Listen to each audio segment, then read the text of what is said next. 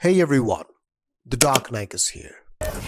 Home bound north India के एक गांव में बचपन के दोस्तों शोएब और चंदन की कहानी है। गरीब घराने के ये दो लड़के पुलिस में भर्ती होना चाहते हैं। इस कोशिश के दौरान दोनों की जाती जिंदगियों में परेशानियां बढ़ जाती हैं। जब कोई काम मिलता है तो उसमें भी मुश्किलात आते हैं। ऐसे में वक्त गुजरता है और दोनों खुशखबरी को तरसते अपनी किस्मत बदलने का इंतजार करते हैं।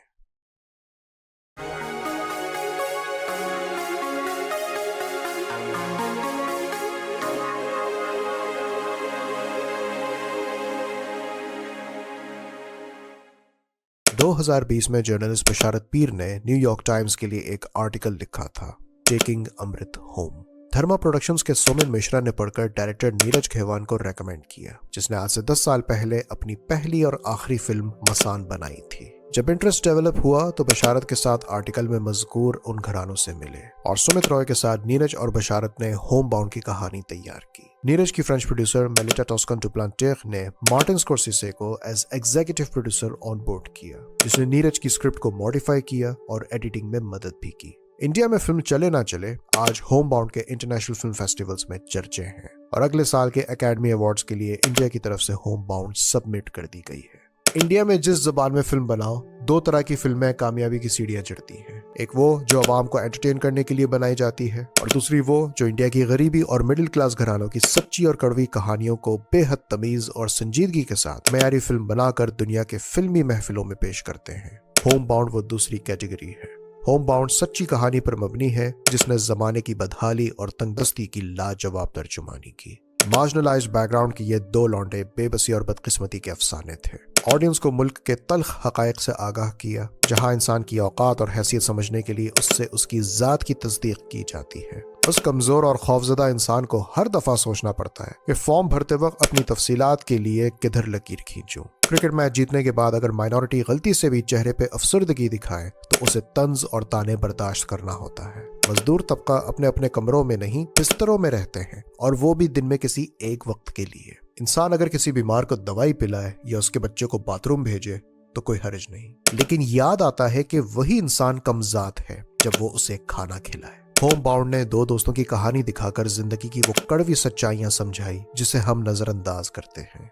I found homebound symbolic when addressing the contribution of a mother in the household. Shoaib और चंदन के अहले खाना बहुत करीबी थे क्योंकि बरसों की जान पहचान थी। जब रिजल्ट आता है और दोनों फटाफट अपनी किस्मत जानने के लिए घर से भागते हैं तो संगीन इजहार फिक्र में एक माँ दूसरी माँ का हाथ थामती है। यहाँ कोई हिंदू या मुसलमान नहीं, यहाँ सिर्फ दो माएं अपनी औलाद की तकदीर के फैसले के लिए बेचैन एक दूसरे का हौसला बढ़ाती हैं। होम बाउंड के आगाज में चंदन अपनी माँ को एड़ियों पे मलहम लगाने को कहता है। जवाब में उसकी माँ कहती है कि ये एड़ियां उसको विरासत में मिली हैं क्योंकि उनकी नानी भी इतनी मेहनत मशक्कत से काम करती थी। होम बाउंड के आखिरी मरहले में जब घंटों भूखा प्यासा चलने के बाद चंदन को पानी नसीब होता है तो कैमरा पिलाने वाले की एड़ियों पे फोकस करता है। ये एक मेटाफर था जिसके दो मतलब निकलते हैं।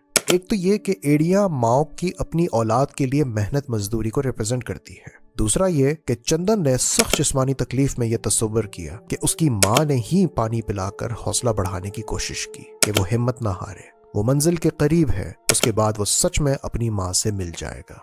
अब वो माँ है या मौत, ये उससे भी गहरा मेटाफर है जहां तक मैं गौर खौस करना नहीं चाहता। लेकिन होम बाउंड जितनी गहराई में ऑडियंस को ले जाती है, मुमकिन है कि चंदन माँ की आगोश के बजाय मौत की आगोश के करीब था।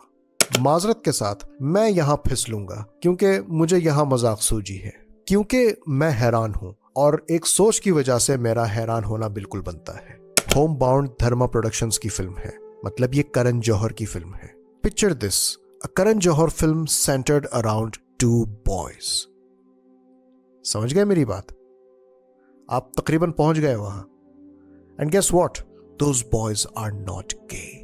Can you believe it?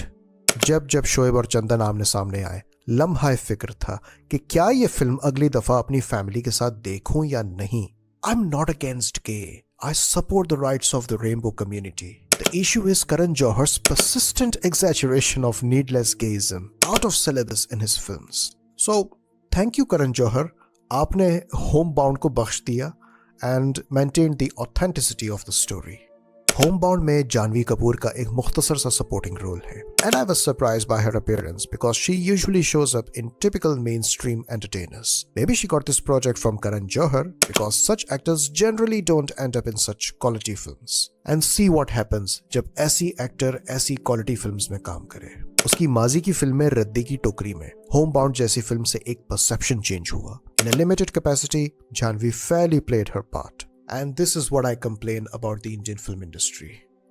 Why don't you make quality films and change the perception? अच्छी फिल्मों में mainstream actors like Janhvi भी सुलझे हुए किरदार निभाते हैं. I hope Janhvi picks quality scripts, वरना अगले 20 साल तक फैमिली बैकग्राउंड के दम पर बेकार सीजनल फिल्मों में कैरियर जाया करो.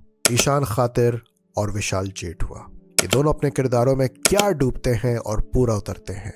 हर तरह की कैफियत का इजहार, एक दूसरे से उलझना, अजियत और इबरत से खाक होना, और फिर उनके किरदारों की दोस्ती जिसका हालात ने सख्त इम्तिहान लिया. ऐसी परफॉर्मेंसेस में ऐसा मेंटल और फिजिकल डेडिकेशन बहुत मुश्किल होता है, क्योंकि बिगड़ते वक्त और हालात के साथ साथ आपका बॉडी लैंग्वेज भी उसी तरह इवॉल्व होता है. और दोनों ने अपने किरदारों को समझा और बड़ी महारत से काम को अंजाम दिया.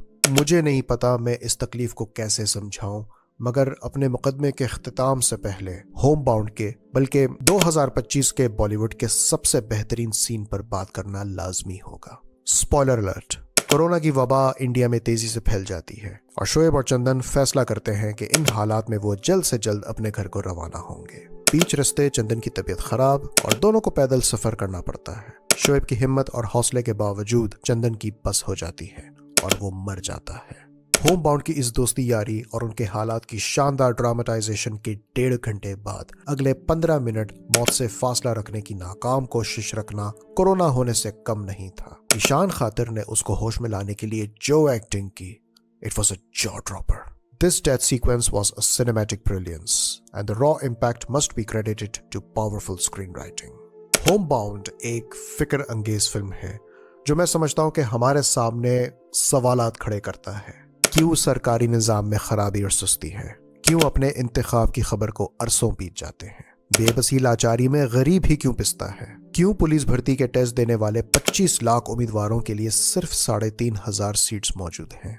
होम बाउंड एक शानदार सिनेमैटिक क्राफ्ट है जो बेहतरीन टेक्निकलिटीज, कमाल अदाकारी और नीरज घेवान की बहुत उम्दा डायरेक्शन से हम तक पहुंची.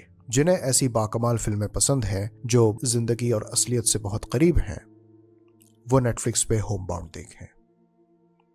आई एम समी नाइक.